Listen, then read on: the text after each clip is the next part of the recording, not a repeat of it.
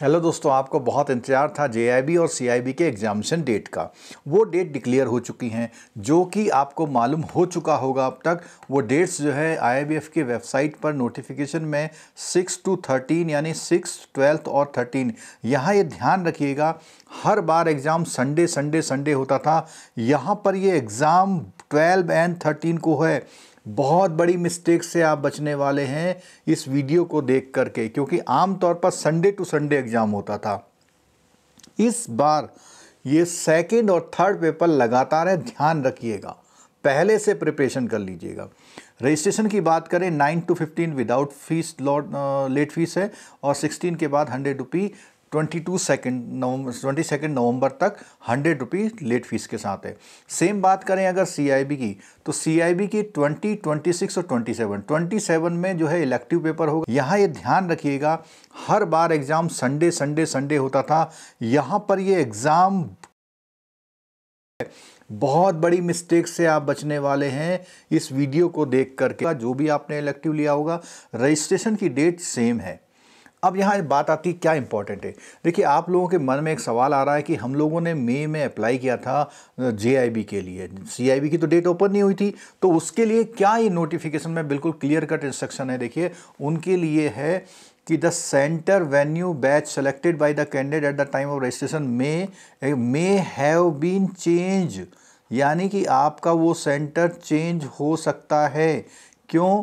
Covid के norms की वजह से। तो आपको उस सेंटर पे जाना है और उसके लिए रिवाइज्ड लेटर आपको अवेलेबल किया जाएगा, एडमिट कार्ड, ठीक है।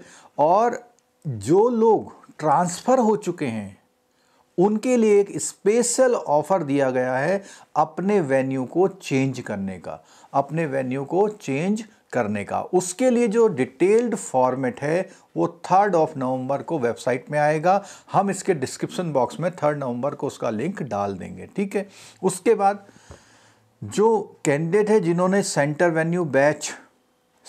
वेन्यू और बैच कोई भी चेंज करेंगे, उनका एडमिट लेटर, जो एडमिट कार्ड है वो डाउनलोड कर सकते हैं और उनको ईमेल भी कर दिया जाएगा। लेकिन इसमें एक कंडीशन उन्होंने दी है कि अगर वहाँ पर जो सेंटर आप चूज़ करने जा रहे हैं वो first come first serve basis में, यानी अगर मान लिया उन्होंने 30 सीट किसी सेंटर में रखी हैं और आपने उन 30 सीट में पहले नहीं जाके अप्लाई किया, फिर आपका वो चेंज नहीं हो पाएगा, क्योंकि वहाँ सीट फुल हो चुकी होंगी।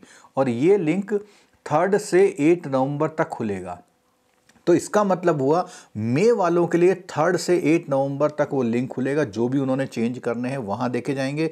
9 से उन लोगों के लिए होगा जिन्होंने अभी तक अप्लाई नहीं किया था, चाहे वो मई हो चाहे वो नवंबर हो, ठीक है। तो ये बात तो हो गई अप्लाई की। अब इसमें इस बार क्या किया है, एक इंस्ट्रक्शंस के साथ एक डिक्लेरेशन फॉर्म भी दिया है। इंस्ट्रक्शन में अगर हम बात करें कौन कौन सी इंपॉर्टेंट इंस्ट्रक्शंस हैं, जैसे सबसे पहली बात है कि should reach the examination centre before the reporting time mention in the admit letter. क्यों? क्योंकि वहाँ पर क्या है, क्राउडिंग वगैरह होगी, तो उस समय आपका जो टेम्परेचर वगैरह होता है उसमें दिक्कत ना हो। दूसरा क्या बोलते हैं, admit letter along with hard copy of valid photo identity proof लेके आना है आपको ओरिजिनल में, along with duly completed self declaration form, जो हमने अभी बात करी, जो एनेक्सर ए में, अभी उसकी बात करते हैं, ठीक है। और ये जो प्रिंट है वो पूरा भरा हुआ होना चाहिए, और जो इन्विजिलेटर हैं उनको आपको सबमिट कर देना है, ठीक है। उसके बाद सोशल डिस्टेंसिंग, वियर मास्क, और जो भी एग्जिट और एंट्री दोनों पॉइंटों पर candidate must follow the guideline, जो भी आप ministry health and family welfare की गाइडलाइन है कोविड की, वो कोविड पेंडेमिक की, वो आपको अप्लाई करनी है। Body temperature of the candidate will be checked, यानी जो टेम्परेचर है अगर वो होगा तो वो देखा जाएगा, जो थर्मल गन होती है उससे चेक किया जाएगा। अगर वो है तो आपको मे नॉट बी अलाउड, यानी आपको मना किया जा सकता है। बहुत नॉर्मल कंडीशन है।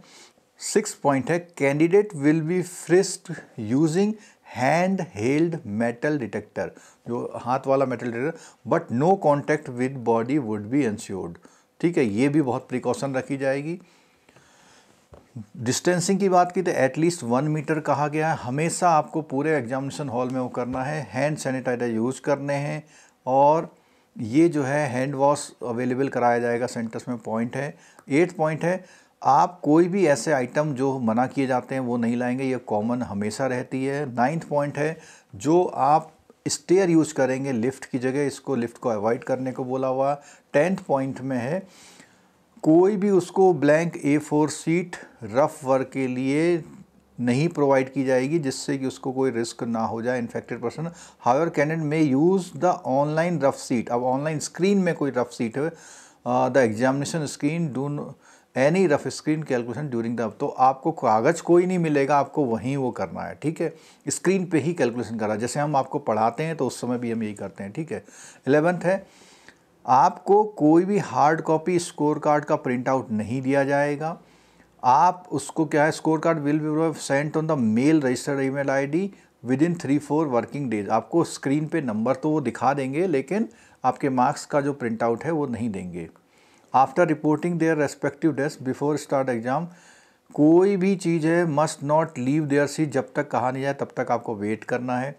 कैंडिडेट को बोला हुआ कॉपरेट करना है, जिससे कि कोविड के पेंडेमिक को आराम से वो कर सके। अब बात करते हैं हम सेल्फ डिक्लेरेशन की। देखो, in the interest of your well being that of everyone eight venue declare that, क्या है, आई एम नॉट, अब फीवर है, सोर थ्रॉट और रनी नोज तो नहीं है, जुकाम तो नहीं है, खांसी तो नहीं है, बॉडी में चेस्ट में पेन तो नहीं है, और जो है सांस लेने में प्रॉब्लम, एक तो ये डिक्लेयर करना है आपको, ठीक है। I am not experiencing any of these below symptoms, ठीक है, आपको टिक कर देना इसमें कोई भी। और I have not been in close to the with a person suffering, कोई कोविड वाला जो बंदा है उसके कांटेक्ट में नहीं थे, यानी टिक मारना है आपको, ठीक है, क्योंकि सारा डिक्लेरेशन नॉट का है। और किसी भी क्वारंटाइन में आप नहीं हैं, तो उस इतने डिक्लेरेशन के बाद आपका कैंडिडेट ने मेंबरशिप, इसको प्रिंट आउट निकाल के हार्ड कॉपी में ले जाना, ध्यान रखिएगा। सब्जेक्ट कौन सा है, कौन सा डेट टाइम, ये सारा भरना है। और इसके अलावा जब ये पूरा फॉर्म भर देंगे तो नीचे जो है कि आपने कोई भी फैक्ट हाइड नहीं किया है, वो डिक्लेरेशन है, मेरी इन्फॉर्मेशन ठीक है, डेट, सिग्नेचर और मोबाइल नंबर। तो दोस्तों, अगर आपको ये एग्ज़ाम मिस नहीं करना है तो मैंने 2-3 इंपॉर्टेंट बात बताई, इसको रिवाइज करता हूँ मैं।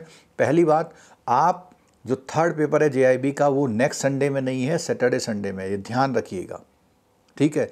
CIB का जो एग्ज़ाम है वो CIB का संडे है, ठीक। आप जब जाएंगे डिक्लेरेशन फॉर्म के प्रिंट आउट के बिना नहीं जाएंगे, आपको कोई भी रफ वर्क सीट नहीं प्रोवाइड की जाएगी, स्क्रीन पर ही आप ऑनलाइन काम करेंगे। और आप अच्छी तरह से आज से ही अपनी प्रिपरेशन शुरू कर दीजिए।